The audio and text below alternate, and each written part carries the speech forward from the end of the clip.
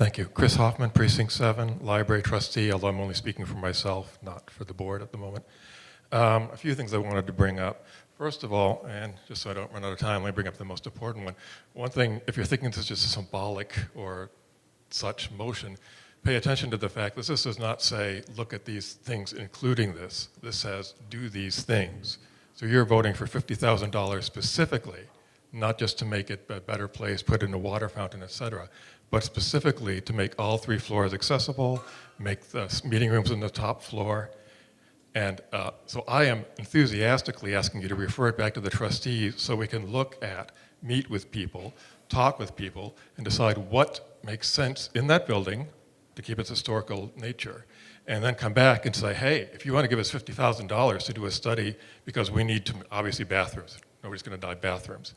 But given realistically what's there, that's great. But remember, you are actually voting for all those items, including a design that does not take into account what we know is going to happen, we don't know exactly what, with the intersection.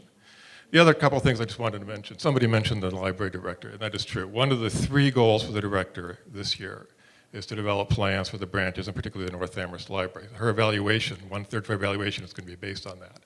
This is not going to be a forgotten issue from the trustees or the director or the staff, believe me.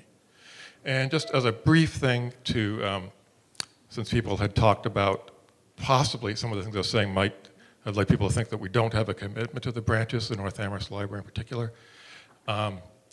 We have always been strongly supportive of the branches. I can't tell you how many people in town, and a few people, luckily only a few, but a few people in town government who said, why don't you just close the branches to save money? And we've never done that.